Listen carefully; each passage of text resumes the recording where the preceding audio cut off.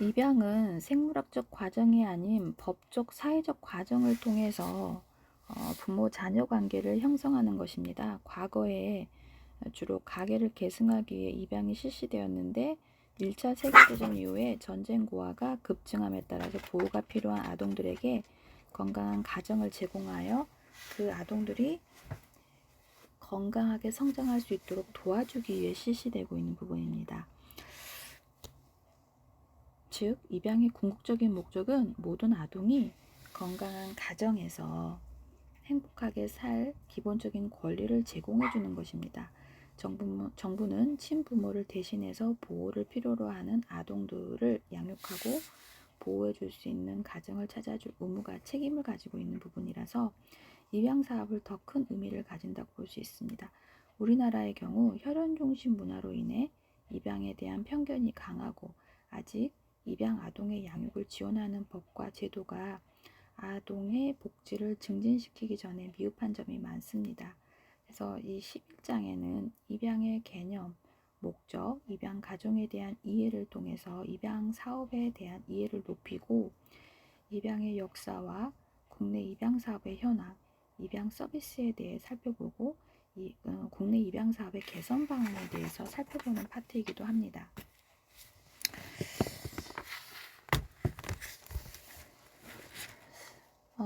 우리 교재 292페이지 케이스 스터디가 공개 입양 가족의 사례 그랬는데 공개 입양하면 그 신혜라 차인표가 그 친아들을 낳고 딸 2명을 입양을 해서 공개 입양해서 안정적으로 아이들을 잘 키우고 있는 내용이 한 번씩 매체에 보도되긴 하는데 우리 교재 292페이지에 공개 입양 사례에 대한 부분으로 내용이 실려 있어서 들려드리며 입양모 B는 나님의 삶을 희망까지 앗아가는 아주 고질적인 최악의 병, 자신의 존재 가치조차 부정하게 되는 비참한 병이라고 표현했다. 난임 치료 과정에서 신체적인 고통뿐만 아니라 정신적인 고통도 받아야 했다. 난임이라 아이를 입양하겠다고 하니 친정어머니가 굉장히 좋아하시고 시어머니도 좋아하셨다. 둘이서만 살면 어쩌나 걱정도 많이 하셨다고 한다.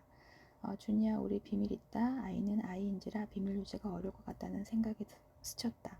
뭐야 오빠 엄마 그리고 준이는 호기심 가득한 얼굴로 나를 쳐다보았다. 우리는 너를 사랑한다고. 나는 금세 말을 돌렸다. 나도 알아. 나도 엄마 사랑해. 준이와 돌아서서 안기며 뽀뽀를 하였다. 아니야 엄마가 너 안 낳았어. 너 딴 데에서 데리고 왔대. 준기가 말했다. 아이는 금방 울상이 되더니 나에게 정말이냐고 다시 물어보았다. 차마 어린아이한테 이야기할 수 없어서 아니라고 했더니 금방 얼굴이 붉어졌다. 준이는 강아지처럼 눈길을 띠면서 앞장서서 걸었다. 조금 가다가 또 준기는 나에게 다가오더니 엄마 거짓말이지 하고 물었다. 진짜야. 그런 것을 어떻게 거짓말을 해. 내가 슬퍼하는데. 아이는 잠시 말없이 걷더니 말문을 열었다. 그럼 난 내 엄마 꼭 찾을 거야. 궁금해. 내가 크면 찾는 거 도와줄게. 어떻게 찾아? 이름이라도 알아? 몰라. 그런데 어떻게 찾아? 방법이 있을 거야. 그때 가서 또 꼭 도와줄게. 나는 아이의 손을 내 주머니에 넣었다. 준이랑 나는 엄마가 다르겠네? 우리는 택시를 타고 패밀리 레스토랑에 도착했다. 자리에 인도되어 전망이 좋은 창가에 앉아 아빠를 기다렸다. 창밖을 보고 있던 아이들이 아빠가 온다고 밖으로 다름질해 쳐나갔다. 아이들의 행동을 아무런 변화가 없었다. 주문한 음식을 먹으며 이야기하고 떠들다가 준이가 잠시 화장실을 간 사이에 준기가 말문을 열었다. 엄마 말해봐. 아직도 믿어지지가 않는지 아들은 아빠 입을 통해서 듣고 싶어 했다. 여보, 우리는 준이와 준기를 굉장히 사랑하지요. 내가 말을 꺼냈다. 아빠는 준기의 손을 잡으며 말했다. 엄마와 아빠는 결혼하고 13년 동안 아이가 없어서 심심하게 살았어. 그래서 하느님께 기도를 많이 했어. 준이처럼 예쁜 아기 주시라고. 그래서 너와 준이를 갖게 되었어. 아빠는 참 행복하다. 너같이 착한 아들이 있어서. 남편은 또 말했다. 엄마란 낳은 엄마가 아니라 기른 엄마도 엄마인 거야. 그건 너도 알지? 응, 알아. 그러니 사이 준이가 제자리에 돌아오고 우리는 그 말을 그만두었다. 식사를 하는 동안 아이들은 전과 같이 풍선도 가지고 와서 놀고 카운터에 가서 그림판도 가지고 와서 색칠하며 잘 놀았다. 후식으로 아이스크림 먹으며 만족한 미소를 짓기도 했다. 집에 오느라고 내가 갖고 있는 열쇠로 차 문을 열고 차에 들어가 아빠를 기다렸다. 아빠가 주차장에 맡겨놓은 차 열쇠를 받아오는 동안 준기가 뒷좌석에 소리쳤다. 엄마, 우린 똑같이 사는 거야?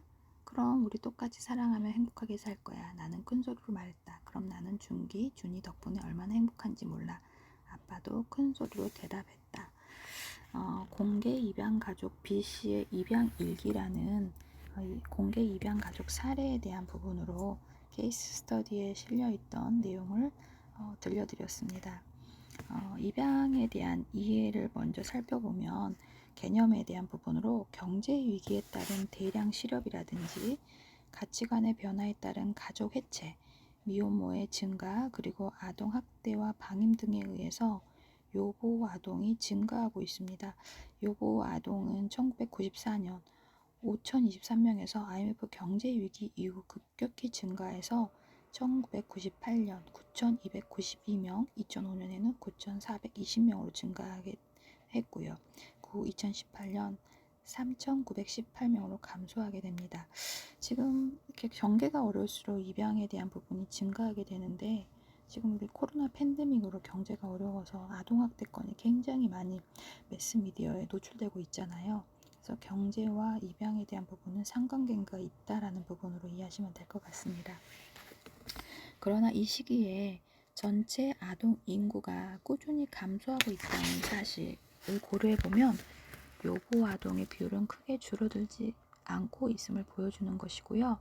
현재 정부는 지속적으로 증가하는 요보 아동에 대한 대책으로 가정위탁보호, 시설보호, 입양 등의 다양한 사업에 개입을 하고 있습니다. 그중 새로운 보호자를 필요로 하는 요보 아동에게 가장 바람직한 조치는 입양이라는 법적인 절차를 통해 새로운 건강한 가정을 제공하는 것입니다.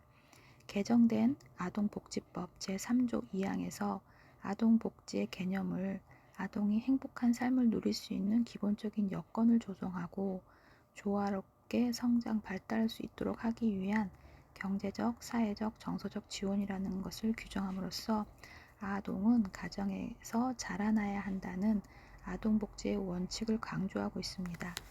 입양은 생물학적 가정이 아닌 법적, 사회적 가정을 통해서 부모-자녀 관계를 형성하는 것입니다. 이 과정에서 입양된 자녀에 대한 부모의 책임이 친부모에서 입양 부모에게로 양도되며 입양 자녀는 입양 가족 내에서 자녀로서의 모든 권리와 의무를 갖게 됩니다. 입양 가족은 법적, 사회적 과정을 통해 이루어지지만 가족으로 형성된 후에는 일반 가족과 다름이 없이 정서적인 유대관계 속에서 하나의 가족으로 가능하게 됩니다.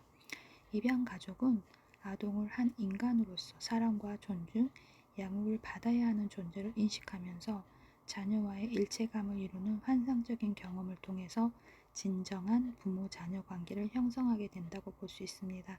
이처럼 입양은 친부모로부터 분리될 수밖에 없는 아동에 대해 친부모 가정과 유사한 환경에서 개별적이고 지속적인 보호를 받을 수 있게 함으로써 아동의 복지를 장기적으로 보장해 줄 수 있다는 이점을 갖게 됩니다. 입양은 고대 사회로부터 이어져 온 오래된 제도입니다. 입양 제도의 의미는 시대적, 사회적 배경에 따라 차이가 있으나 입양의 목적 및 방법에 따라 크게 전통적 입양과 현대적 입양, 비밀 입양과 공개 입양으로 구분이 됩니다. 전통적 의미에서 입양은 제사와 재산, 가계 계승을 목적으로 이루어지고 우리나라의 경우 가문의 계승을 위해 일가 친척들 사이에서 빈번하게 입양이 이루어집니다. 남자만이 대를 이을 수 있는 가부장제 사회에서 종가에 대해 이을 수 있는 종손이 없을 경우 또 셋째, 형제, 아들을 입양하여 장자를 키우는 일을 흔히 있는 일입니다. 하지만 현대적 의미에서 입양은 사회적 도움이 필요한 요보 아동을 입양하는 것입니다. 서구에서는 제1차 세계대전 이후에 부모의 사망, 가난, 기근 등으로 자신의 친부모로부터 보호를 받을 수 없는 아동들이 기하급수적으로 증가함에 따라서 이들에게 새로운 가정을 찾아주어 가정의 보호 아래 정상적으로 성장할 수 있게 하기 위해 입양이 실시됩니다. 우리나라의 경우 한국전쟁 이후 많은 고아들이 발생하였고 이들이 정상적으로 성장할 수 있게 하기 위해 입양이 실시되었지만 대부분 해외로 입양되게 됩니다. 현재 우리나라의 경우 입양은 특례법상 입양, 친양자 입양, 양자 입양의 세 가지로 구분을 하게 됩니다. 각각의 입양의 근거와 성립 요건, 양자의 성, 친생 부모와의 관계, 입양의 효력을 살펴보면 비밀 입양은 아동을 입양하는 양부모가 입양 아동과 타인에게 입양 사실을 숨기며 입양모가 입양 아동을 출산한 것처럼 가장하여 입양의 비밀을 계속 유지하는 것을 의미합니다. 국내 입양은 이러한 비밀 입양이 주를 이루었으며 국내 입양 기관은 입양 부모들의 입양 비밀 유지에 사실상 협조해주는 폐쇄적인 입양을 담당해 오게 됩니다. 이러한 비밀 입양은 혈연 의식에 근거한 가족주의 문화에 기반을 두고 있으며 난임 입양 부모들에 의해 강화가 됩니다. 우리나라의 경우 난임 가족들이 자녀를 키우고자 하는 목적에서 주로 입양이 이루어져 왔기 때문에 비밀 입양의 전통이 만연해 있고 상당수의 입양 가족들은 공식적인 입양 절차를 거치지 않고 불법적인 과정을 통해 입양을 해왔습니다.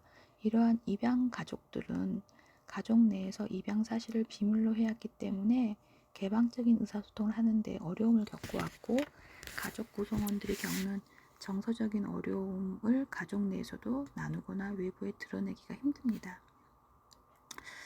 이처럼 입양 가족들의 어려움을 가지고 있다는 점은 여러 상담 사례를 통해서 알려져 왔으며 이러한 입양에 대한 부정적인 인식은 입양에 대한 사회적 편견으로 이어져 국내 입양의 장애물로 작용을 하게 됩니다. 반면 공개 입양이란 입양 아동뿐만 아니라 가족 외부의 사람들에게도 입양 사실을 공개하는 것을 의미합니다. 공개 입양은 친가족과 입양 가족 간의 출산 전 정보의 교환에서부터 지속적인 의사소통, 심지어는 정기적인 방문을 포함하는 개념입니다. 하지만 우리나라의 경우 서구와 같은 완전 개방형의 공개 입양이 아니라 단순히 입양 사실을 외부에 알린다는 소극적인 의미로 사용되고 있습니다. 외국의 경우 공개 입양이 빈번히 이루어져 왔지만 우리나라의 경우 최근 들어 조금씩 이루어지고 있고 공개 입양은 아이가 어려서부터 자신의 입양 사실을 자연스럽게 받아들이고 수치심이나 부끄러움을 갖지 않게 되는 등 아이의 건전한 성장과 정체감의 형성에 큰 도움이 됩니다.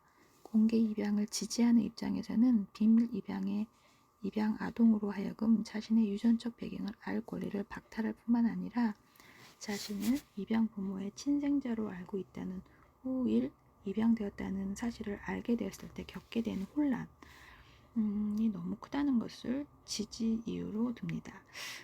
또한 입양 부모도 입양 아동을 키우면서 입양 사실을 숨겼다는 죄책감과 비밀이 밝혀질까 하는 두려움 감정 속에서 생활하게 되는데요. 이러한 측면에서 볼 때 공개 입양은 입양 아동의 근원과 혈통에 대해 알고자 하는 기본적인 욕구를 충족시키고 친부모와 지속적인 유대 관계를 맺게 하는 이상적인 방안이라고 볼 수 있습니다. 우리나라의 경우 최근 공개 입양 가족의 모습이 언론을 통해 자주 등장하면서 입양에 대한 사회적 인식이 조금씩 변화하고 있고 입양과 관련된 문제들도 입양 가족 스스로 또는 입양 기관과의 협력을 통해 해결해 나가려는 움직임을 보이고 있으며 이들을 중심으로 입양 아동과 그들의 가족에 대해 이해하려는 연구가 이제 이루어지고 있습니다. 입양 아동의 연령에 따라서 신생아, 입양 아동, 연장아, 입양 아동으로 구분될 수 있고요.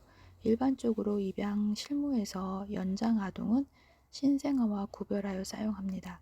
우리나라의 경우 연장 아동 입양이란 출생한 지 만 12개월이 지난 아동을 입양하는 것을 말합니다. 신생아 때 입양된 아동들에 비해 만 12개월이 지난 뒤 입양된 연장아 입양 아동은 인지, 언어, 정서, 사회성 발달이 늦을 뿐 아니라 입양 부모의 애착을 형성하기 어렵고 따라서 심리사회적 부적응을 더 많이 경험하게 됩니다. 최근 들어 신생아 입양 아동에 비해 연장아, 입양아동의 비율이 증가하고 있다는 점을 고려해 볼 때 연장아, 입양아동 및 가정의 적응을 높일 수 있는 사회적 지원 체계가 강화되어야 하는 부분이 있습니다. 입양의 목적을 살펴보면 우리나라 입양 사업의 목적은 보호자가 없거나 보호자로부터 이탈된 아동들의 권익과 복지를 증진하기 위한 가정을 영구적으로 제공하여 신체적, 정신적, 사회적으로 건강하게 성장할 수 있도록 지원하는 것입니다. 즉, 입양은 친부모의 가정에서 정성적으로 성장할 수 없는 아동들과 자녀를 갖고 싶어하는 부모들을 연결시킴으로써 보호를 필요로 하는 아동의 복지를 증진시킴과 동시에 부모가 되고자 하는 입양 부모의 욕구를 충족시킴으로써 가정의 복지를 도모할 수 있는 부분입니다. 입양의 목적은 사회적, 시대적 배경에 따라 변화해왔고 과거에는 가계 계승을 위한 입양이 주를 이루었다면 현대사회에서는 아동의 복지를 증진시키기 위한 입양이 주를 이루고 있습니다. 미국 입양협회에서도 입양사업의 가장 기본적인 목적으로 아동의 이익을 최우선으로 한다는 것을 들고 있습니다. 친부모가 여러 가지 사정으로 자녀를 직접 양육하지 못할 때 법적으로 영구적인 부모가 그 아동을 입양하여 책임감을 갖고 양육하게 됩니다. 입양 아동에게 영구적인 부모라는 의미는 친부모와 같이 심리적인 영속성과 가족 지속성을 제공해야 한다는 것을 강조하게 되는데요. 이와 관련하여 아동에게 입양 서비스를 제공할 때 최소한 원칙들이 있는데요. 그 원칙들은 원가정, 아동에게 최선의 장소는 원가정으로, 원가정은 아동이 필요로 하는 보호를 해줄 수 없음이 분명할 때 입양이 고려돼야 한다는 것입니다. 입양 서비스의 이전에 가족복지 서비스가 먼저 제공이 되어야 하며 친부모와 확대 가정의 아동 양육 의무와 원가족 보호를 지원하는 정부의 의무가 강조되어야 하는 것입니다. 두 번째로 아동에게 장기 대체 보호가 필요함이 분명할 때 입양은 대체 보호 방법 중 최선의 방법입니다. 입양은 위탁 보호나 시설 보호에 비해 아동에게 훨씬 더 큰 안정감, 연속감, 친밀감, 소속감을 주기 때문입니다. 셋째, 입양 가정 선택 시 우선적으로 종교나 민족적 배경 등이 아동의 친부모와 동일한 가정으로 입양되도록 고려하는 것입니다. 이러한 불가능한 경우에 한하여 종교나 민족적 배경이 다른 가정이 고려되어야 하며 그 가정은 아동의 종교적, 민족적 배경을 인정하고 존중해야 한다는 것입니다. 입양은 친부모, 아동, 양부모 중에서 우선적으로 아동을 위한 것이어야 하고 아동을 위해 가정이 제공되어야 하고 친부모와 아동의 관계에서도 입양은 아동을 위한 것이어야 합니다. 다섯 번째로 입양의 필요성의 여부는 가능한 빨리 결정되어야 하며 불필요하게 시간이 지체되어서는 안 된다는 것입니다.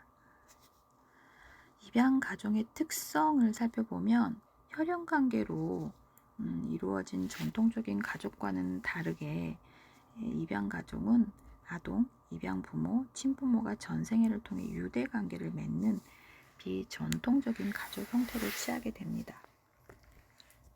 입양 가정에서 전통적인 가정과 구별되는 독특한 도전과 즐거움뿐만 아니라 다양한 스트레스와 갈등이 존재합니다.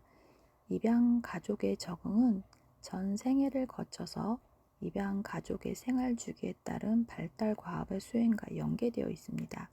입양 가족의 생활 주기 과업은 입양 전, 영아기, 걸음마기와 학년 전기, 아동 중기 그리고 청소년기에 이르기까지 입양 아동의 연령 주기에 따라 다릅니다. 입양 전기에 입양 부모는 난임과 관련된 상실감을 극복하고 입양을 결정한 후에는 사회적 편견에 대처해야 합니다.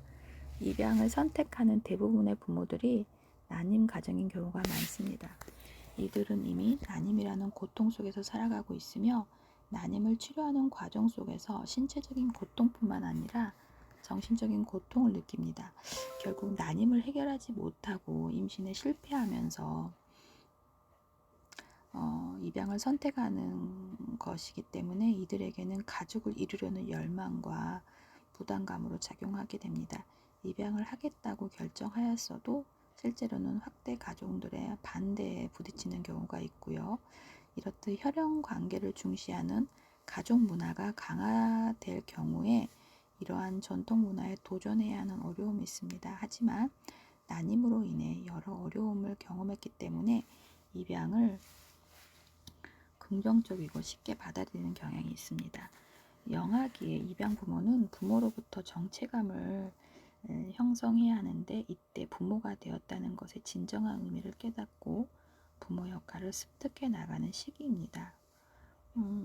부모 역할을 습득해 나가는 시기라는 게 사실 이제 입양뿐만 아니라 모든 부모에게 해당이 되는 부분인데 현장에 있을 때도 만일세 만이세 학부모들이 되게 이제 처음 부모가 돼서 1년차, 2년차가 되다 보니 되게 이기적이고 교사한테 무례할 때도 있어요. 그럴 때 이제 교사들한테 원장으로서 저들이 선생님들도 1년차, 2년차 할 때 미숙한 것처럼 부모가 됐을 때 1년차, 2년차 밖에 되지 않아서 미숙한 부분이 있다라는 부분을 교사로서 이해시키기 위해서 이제 좀 노력을 하는 편인데 부모 역할을 습득해 나가는 시기라는 부분은 특히 이제 낳은 자식이 아니라 입양함으로써의 또 부모 역할을 학습해 나가야 되는 부분이 또 다르다는 거죠. 모성에 대한 부분, 본능에 대한 부분이 또 다르기 때문에 입양 아동이 걸음마기와 학년 정기에 도달하면 자녀와 부모는 입양에 관한 이야기를 나누고 그에 따른 불안에 대처해야 합니다. 실제로 입양이 이루어진 후 양육 과정에서 입양 부모들은 입양 아동에 대해 낯선 감정을 경험하게 되고 부모로서의 좌절감을 형성하는 등 다양한 감정을 경험하게 됩니다. 특히 친자녀가 있는 가정에서 입양을 하는 경우 친자녀와 입양자녀가 동시에 아플 때 친자녀를 먼저 돌보게 된다든지 더 좋은 음식이나 물건을 보면 친자녀가 우선시 되는 등의 경험을 통해 부모로서의 죄책감에 시달리게 된다고 하는 부분이 있습니다. 아동이 인지적, 사회정서적으로 성숙하는 아동 중기 부모의 발달 과업은 아동이 새롭게 경험하는 상실감과 입양 관련 낙인을 다루고 자녀가 발달적으로 성숙할 수 있도록 지원하는 것이 중요한 부분입니다. 청소년기의 발달 과업은 한 개인으로서 그리고 입양인으로서의 정체성을 확립하는 것이기 때문에 입양 부모는 자녀의 정체성 발달을 도와주는 역할을 담당해야 하는 것입니다.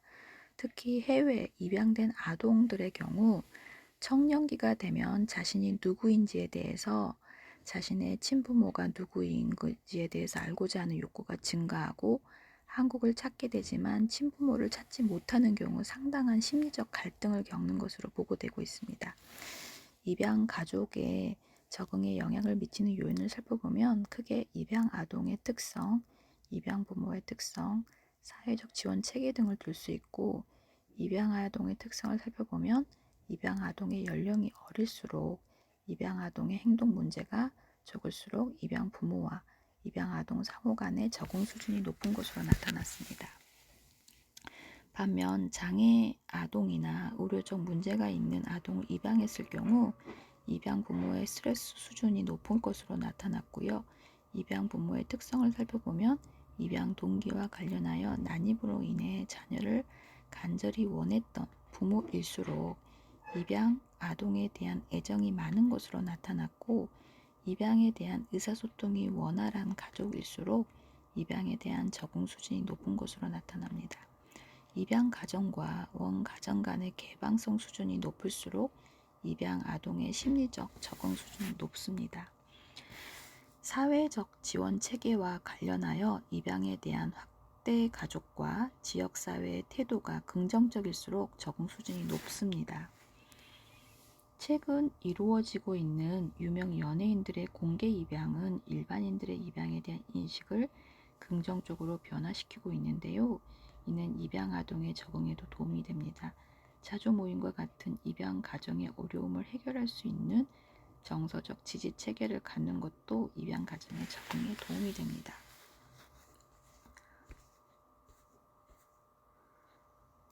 입양 아동의 특성을 살펴보면 입양 아동 신드롬은 데이비드가 1984년에 처음 사용한 용어라고 해요. 입양 아동들이 정신건강 전문가에게 자주 의뢰되는 양상을 관찰한 결과로 유래를 했는데, 입양과 관련하여 갈등을 경험하는 경우 입양 아동은 환상의 과도한 몰두, 학습 문제, 충동, 통제, 결여, 절도, 거짓말, 권위에 대한 도전, 가질도가 같은 행동 문제, 정체감 형성의 어려움 등이 있습니다. 입양 아동들이 겪는 가장 큰 어려움은 상실감과 관련된 것인데요. 입양 아동의 발달 단계에 따른 적응을 살펴보면 유아기 입양의 경우 아동의 1차적 애착이 입양 가족에서 형성되고 입양이 무엇인지에 대해 인지할 수 있는 능력도 부족하기 때문에 초등학교 입학 전까지 부정응이 거의 나타나지 않습니다. 하지만 초등학교에 들어가면 입양 아동의 적응에 영향을 미치는 주요한 변화들이 생기게 됩니다. 이 시기에 아동들은 인지적인 성장을 통해서 입양에 대한 의미를 재해석하게 되는 건데요. 아동은 출생과 입양 간의 차이를 구별하게 되고 입양된 것에 대한 의미에 대한 새로운 통찰을 얻게 됩니다.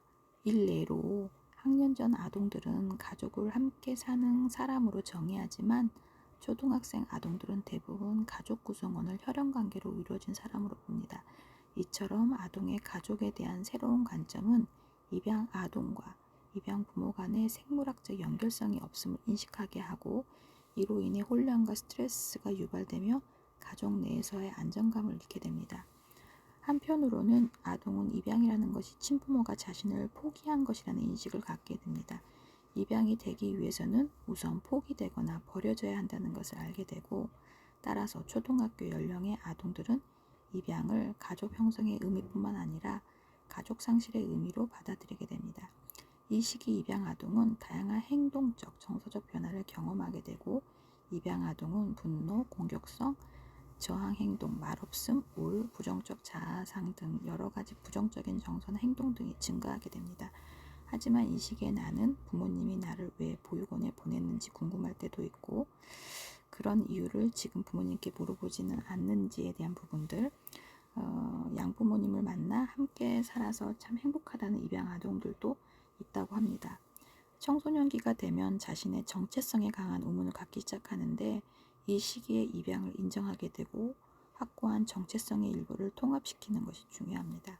입양으로 인해 친부모로부터의 상실에 대해 처하는 동시에 친부모에 대한 생각과 감정을 탐색해 나가고, 다른 한편으로는 양부모와 입양에 대해 허심탄회하게 이야기 나누는 것이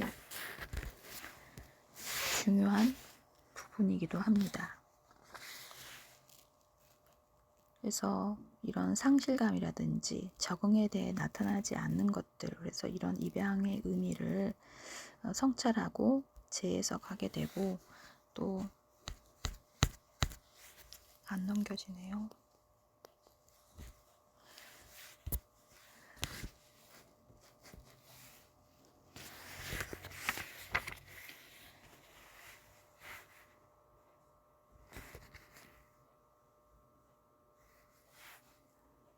청소년기 정체성에 대한 강한 의문점을 가지면서 입양에 대한 상실에 대한 대처하는 그런 부정적인 생각, 친부모에 대한 여러 가지 감정, 이런 것들을 탐색해 나가고, 또 키워주시는 지금 함께하고 있는 이 양부모와의 관계에서 입양에 대한 부분을 이야기할 수 있는 부분이 굉장히 중요한 부분으로 자리매김할 수 있는 부분일 거라고 생각합니다. 그래서 우리 교재 지금 301페이지까지 진도를 나갔고, 지금 입양 사업의 역사 및 현황은 입양의 역사부터는 302페이지, 될지는 다음 차시에 이어서 녹화를 이어가도록 하겠습니다.